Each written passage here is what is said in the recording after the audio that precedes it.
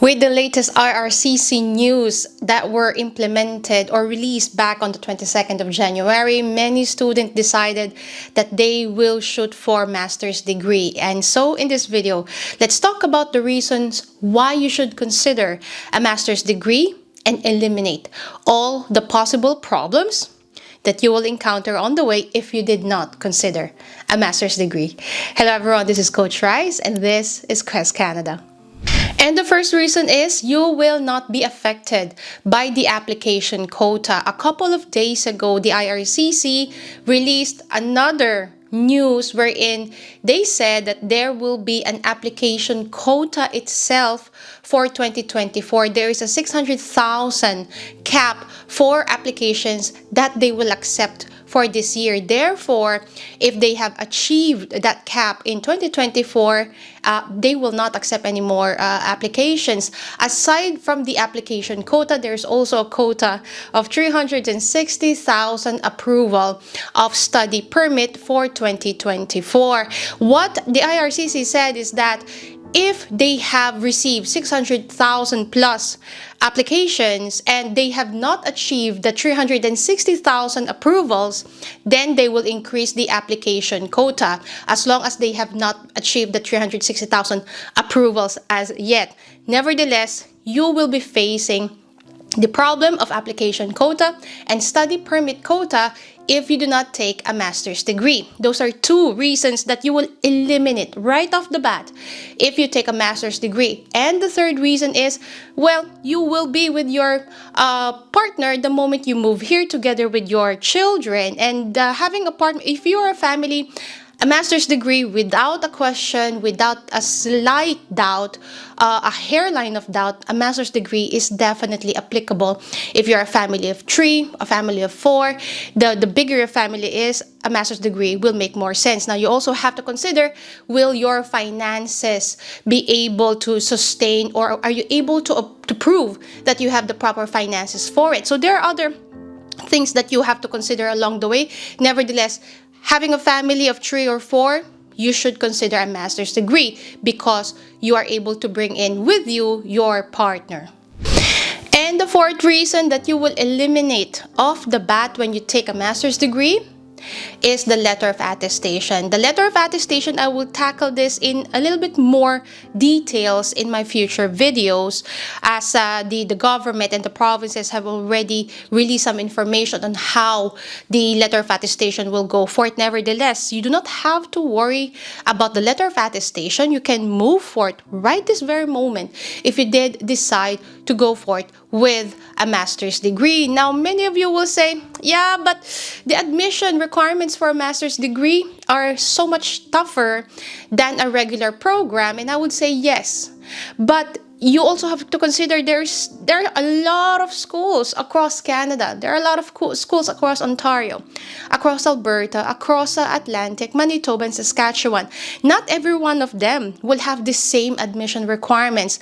I will also publish a video in the future, in the next few weeks, about the best schools that you should definitely look at when you want or when you proceed with a master's degree. And these schools will have lenient, feasible, and sensible admission requirements for you. Now, right now, if you're looking for a school, we can help. We can assess your profile and identify which programs are the best for you when you take a master's and which provinces will have the easiest and the friendliest admission requirements for you. Connect with us, admin@questcanadaca.com, or also you can visit our website, questcanadaca.com.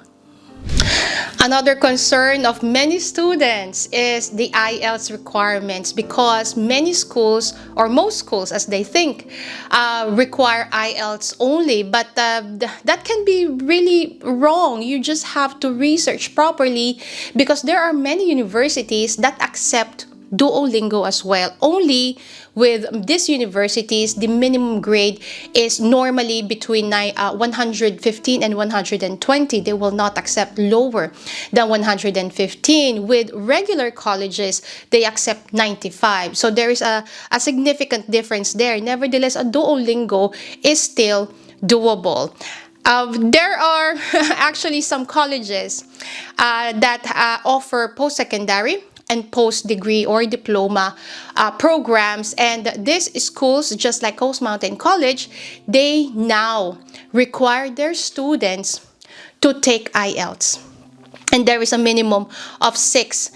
The reasoning is because the schools want to increase the probability of acceptance or approval of study permit. And therefore, if the schools or many schools, or even the school that you have right now, inquires or requires that you take an IELTS, then what difference does it make if you take a master's degree in terms of language proficiency? So then the next question is, what about tuition? Because many universities, that the tuition really is minimum 16,000 and above. There are schools that are 16,000 and above, and then there are schools that are 12,000 and below 11,000.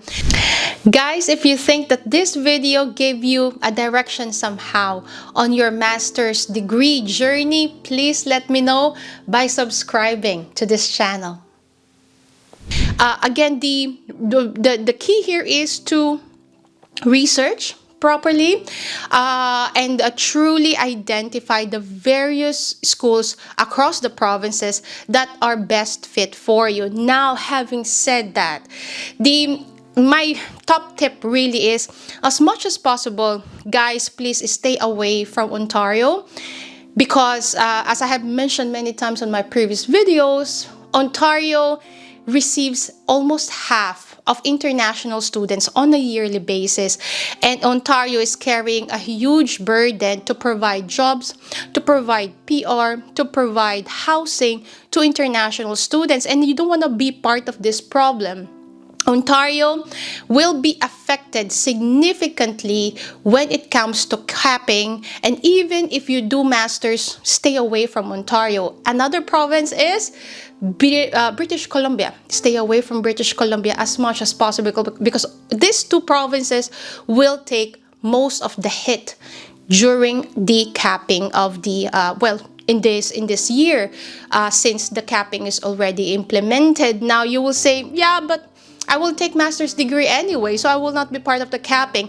Yes and no. The problem still remains. Those provinces will have to provide PR pathways for you, will have to provide housing for you, will have to provide jobs for you.